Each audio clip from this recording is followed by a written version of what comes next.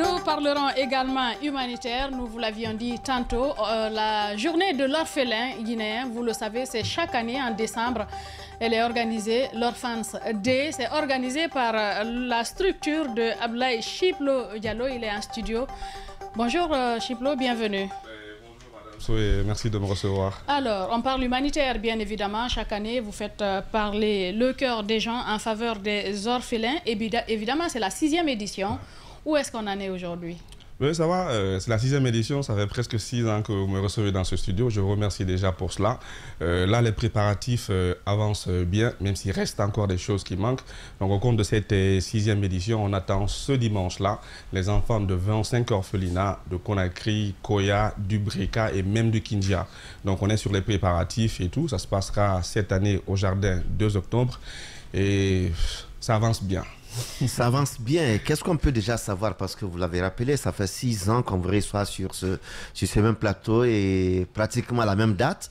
Et quel tableau vous présentez aujourd'hui des 6 années d'activité? Est-ce que satisfaction ou en tout cas, quel tableau vous présentez? Aujourd'hui, quand même, c'est une grande satisfaction parce qu'à la base, nous, chaque fois qu'on avait des événements, on partait faire des dons dans les orphelinats. Et quand on a des événements qui n'étaient même pas humanitaires, quand on organisait des activités, on s'est dit pourquoi ne pas mettre en place un événement karma humanitaire. Donc, on est parti sur la première édition, je me rappelle, avec 15 orphelinats. Aujourd'hui, nous sommes à 25 orphelinats. Donc, chaque année, on agrandit le nombre. Chaque année, on touche des orphelinats qui n'étaient pas avec nous précédemment. Et c'est vraiment une satisfaction. On parle de 25 oui, cette année? Oui, 25 cette année. D'accord. 25 de Conakry, Koya, du Breka et un qui viendra de Kindia comme l'année dernière. Donc la satisfaction elle est grande parce qu'après chaque journée, au soir, quand les dames, les responsables des orphelins t'appellent pour te remercier, tu sens la joie et tout. Donc c'est ce qui fait que malgré les difficultés que nous rencontrons cette année, on essaie de se battre. Sinon, c'est très chaud cette année.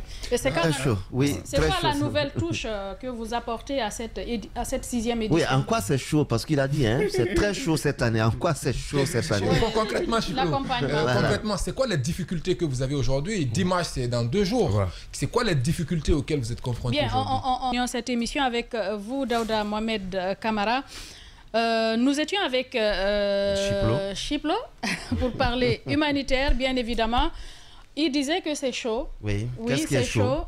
C'est quoi les difficultés que vous rencontrez? Parce que nous savons qu'un événement, c'est toujours des contraintes et parfois c'est difficile d'avoir accès à des sponsors. Comment ça se passe? Je disais que c'est chaud parce que depuis qu'on a commencé... Activez votre micro, s'il vous plaît. D'accord. Bah. Bien, ça va? Je n'ai pas très habitué à votre studio ici. Donc je disais que c'est chaud parce que depuis que nous on a commencé à organiser depuis 6 ans, cette année, on est à 2 jours, on n'a pas encore pu avoir la nourriture pour les enfants. On a eu une partie... Et tout à 2 jours de l'événement? À 2 jours. On a une partie, mais tout n'est pas encore obtenu. Wow. D'habitude, il y a Chef Issa qui nous a accompagnés durant 3 ans. On le remercie pour ça. Cette année, il nous a fait comprendre que c'est un peu compliqué. Donc là, ce qu'on est en train de faire, on est en train de se battre avec certains partenaires, certaines entreprises pour voir s'ils peuvent prendre en charge le côté nourriture. Il y a par exemple notre ami, notre collègue Bad qui est là, qui a pris 100 plats. On est en train de démarcher, voir comment essayer donc de trouver les plats, parce qu'on le fait sans véritable sponsor ou partenaire financier. On va vers les gens. Si par exemple vous revendez du riz, dites offrez-nous du riz pour les enfants. Là, on a obtenu quand même assez de choses qu'il faut remercier. Tout ce qui est lié aux boissons, jus, de l'eau pour les enfants, mais aussi des denrées. On a au moins 40 sacs de riz, 40 sacs de sucre, des bidons d'huile, et tout cela pour les enfants. Ça, c'est des acquis au fait. Des choses à donner par la suite aux différents orphelinats donc, qui sont effectivement dans le besoin. Mais vos partenaires traditionnels, est-ce que ça va... c'est eux certainement qui ont fait parler leur cœur par rapport au cadeau dont vous venez de parler. Ouais, effectivement, c'est les partenaires traditionnels. Déjà, à Braguiné qui nous accompagne depuis 6 ans, ils offrent tout ce qu'on vient de parler et tout. Il y a Albarak Transport qui donne les bus, même si là aussi c'est un peu chaud, on doit finaliser ça aujourd'hui. Mais ce qui est vraiment côté complication, c'est la nourriture, je dis une nouvelle fois. Donc s'il y a des gens qui nous écoutent, qui peuvent prendre en charge la nourriture des enfants. Parce que 25 orphelinats, c'est à peu près combien d'enfants que vous réunissez? Minimum 700 enfants. Minimum 700 enfants et encadreurs qu'on attend cette année. Donc on ne veut pas diminuer le nombre. Donc on espère que les gens vont se bouger, que les gens vont faire parler leur cœur, pas nous donner de l'argent nous, mais offrir les plats, prendre ça en charge pour les enfants, parce qu'ils passent toute la journée avec nous, ils doivent manger, donc c'est un peu ça, le côté où c'est vraiment chaud. Alors, qu'en est-il de la présence auprès de vous, à vos côtés, des autorités de la place, parce qu'on sait quand même que vous avez, nous avons le ministère de l'Action sociale, nous avons d'autres départements également. Est-ce que les autorités ont essayé quand même, ou vous les avez approchés? On les a approchés. Déjà, l'année dernière, c'était une première parce que Madame la ministre elle-même et son cabinet étaient donc du côté de la Blue Zone pour la 5e édition. Grâce à des efforts aussi fournis, il faut le reconnaître, par Madame Hiro qui est avec nous. Donc cette année aussi, on les a approchés. On a envoyé le courrier, on a suivi la démarche et tout. Madame la ministre, on nous faisait comprendre qu'elle n'était pas là. Mais ici, s'il arrive qu'elle revienne avant cela... Elle était à la COP 28, je crois. Oui. Après, je pense qu'elle est partie à Abidjan aussi. Donc si ça trouve qu'elle est là, qu'elle participera. Sinon, à défaut, des cadres du ministère viendront. Nous déjà, c'est ce qu'on demande en premier lieu, qu'ils viennent voir les enfants, qu'ils viennent échanger avec les responsables de ces orphelinats-là pour connaître vraiment leurs réels besoins. Donc ça se limite là, c'est un appui institutionnel donc qu'on a demandé. Est-ce qu'on a demandé et déposé beaucoup de courriers au niveau des entreprises, des fondations. Malheureusement, certaines fondations, quand même, c'est juste par nom. On appuie beaucoup plus les activités qui ne sont pas liées forcément à l'humanitaire que ça. Mais on espère que ça va bouger. On a un échange avec une fondation, la fondation Mafak, de Dr Makongo. On espère qu'ils vont David Makongo, effectivement. On est en échange. On espère qu'ils vont pouvoir prendre en charge la nourriture. Donc c'est un appel que nous lançons ce matin aussi. C'est un appel que vous lancez ce matin et au programme de la journée, il est prévu quoi? Comment se décline la journée? Les enfants, ils se retrouvent, ils mangent, ils font des jeux. Comment se décline la journée? Effectivement. Donc déjà, nous, à 8 h, comme d'habitude, il y a les bus qui partent chercher les enfants dans les orphelinats. Parce que nous, c'est ce qui fait qu'on arrive à regrouper beaucoup plus d'enfants, parce qu'on a quand même ce côté moins de transport là. Parce que sinon mobiliser tous ces enfants-là, c'est pas facile. Ils n'ont pas d'argent pour eux-mêmes prendre en charge le transport. Donc nous, 8 h, on les récupère dans les différents orphelinats. On les achemine cette année vers le jardin 2 octobre. Ils vont jouer au niveau des différents manèges qui sont là-bas. Après, ils viendront faire des petits concours entre eux pour essayer de se connaître. Parce qu'un enfant qui est dans un orphelinat A rencontre et échange avec un enfant qui est dans un orphelinat X. Il sait qu'il partage un peu les mêmes réalités. Il sait qu'il est orphelin, mais il n'est pas seul. Il y a d'autres qui vivent la même chose. Donc, ils vont s'amuser, vont faire des petits concours. Le soir, il y a des artistes qui vont venir jouer. Et on a invité beaucoup d'autorités, beaucoup de directeurs, beaucoup d'influenceurs pour faire beaucoup de bruit autour, pour qu'on connaisse tous ensemble les réalités qui sont dans ces orphelinats. Et le soir, pour finir, on va partager tout ce qu'on a récolté comme dons, parce que tous les dons seront exposés là. Au soir, donc, on partage tout. Ils vont repartir avec tout ce qu'on a comme d'arrêt, kits scolaires, etc. Alors, est-ce que vous avez des coups de cœur? Comment ça se passe parfois avec ces enfants? Est-ce que vous découvrez des choses? Parce que je suppose qu'il y a des génies parmi eux. On va à l'instant, par exemple, l'une de vos images, non seulement les cadres du département ministériel, mais aussi un artiste, Mousto, qui est là, par exemple. Mousto, et j'ai vu Soul Banks aussi sur l'une des images. Et ces artistes, est-ce qu'il y aura des artistes qui seront présents? Et le coup de cœur, justement, qu'est-ce que vous constatez quand vous avez ces enfants avec vous? Il y aura beaucoup d'artistes cette année aussi. On remercie déjà tous les artistes qui sont partis gratuitement depuis le début jusqu'à aujourd'hui. Donc cette année aussi, il y a des artistes qui vont participer. Madame, moi, mon constat, c'est quoi? C'est que ces enfants, c'est vrai qu'ils traversent des moments difficiles parce que même dans les orphelinats, il faut reconnaître qu'il n'y a pas tous les moyens qui sont mis à leur disposition, mais ils sont très intelligents. Oui. Ils sont très, très intelligents et ils ne demandent qu'à avoir le minimum pour étudier, pour vraiment vivre bien, au fait.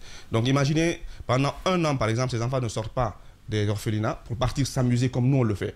Donc quand nous on retard, ce sont eux qui nous appellent, les directeurs qui nous appellent à quand on refonce, parce que c'est l'activité qui les fait sortir gratuitement annuellement. Donc même nous on rencontre des difficultés, on est obligé de pousser pour que ça puisse avoir lieu. J'ai échangé une fois, c'était lors d'une activité dans un orphelinat, Regina Maris, il y a une petite fille qui déclamait un poème au fait, mais qui racontait son histoire.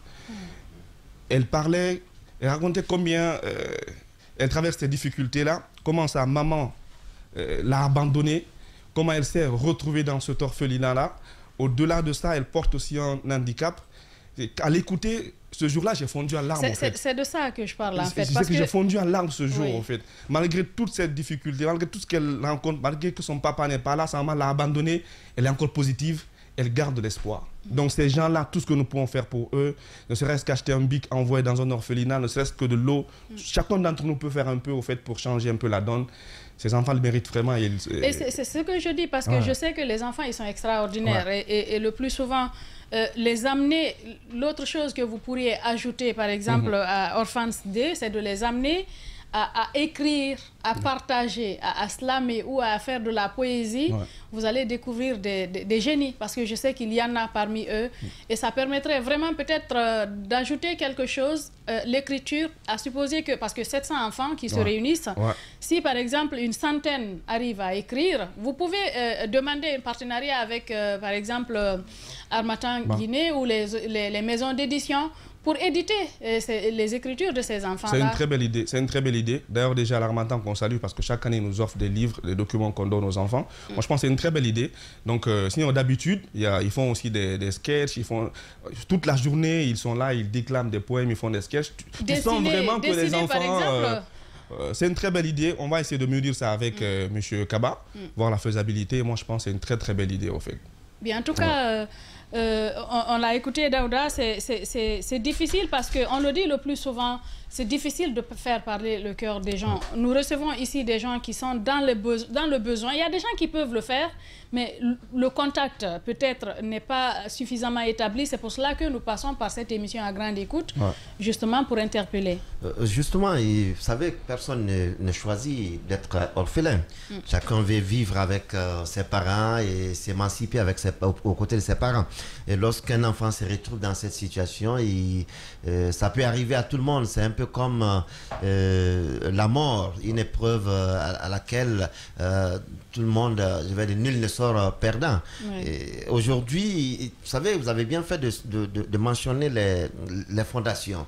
Le plus souvent, nous avons des fondations qui font beaucoup de choses parfois, mais le plus souvent, elles font beaucoup plus pour ceux qui chantent leurs louanges que là où effectivement les efforts doivent être fournis. Je suis d'accord. Et aujourd'hui, ces enfants, ils ont besoin de ces fondations, toutes ces fondations qui pullulent à travers notre pays, à travers Conakry. Il faut bien que ces fondations fassent parler leur cœur. On en a beaucoup d'ailleurs. Pour toute personne de bonne volonté, on a beaucoup de fondations. Je pense un peu à la fondation KPC pour l'humanitaire. On a la fondation Grand P. On a plein de fondations. Fondation David Makongo, comme vous l'avez dit d'ailleurs, qui également qui fait beaucoup de choses. On souhaite vraiment que les grosses forces soient déployées pour accompagner cette structure, parce que, je le dis encore, les enfants, qu'ils soient orphelins ou pas, ils ont besoin de notre attention. Si nous voulons un pays à venir, il faut bien des enfants bien éduqués. Bien, allez-y, coach Kapsa. Voilà, je pense qu'on va contacter aussi la fondation Daouda Mohamed Kamara pour l'humanitaire, pour qu'il puisse faire parler son cœur. Je pense que... La fondation n'existe pas d'abord. C'est l'occasion qu'elle existe. Non, mais la personne existe. Ben voilà. Il a un grand cœur. Mais voilà, ça je sais, je n'ai aucun doute. Ça, je n'ai aucun doute là-dessus. Et je pense qu'il y a les enfants qui se retrouvent orphelins souvent, ils ont besoin, il y a une forte chose dont ces enfants ont besoin, c'est d'estime de soi.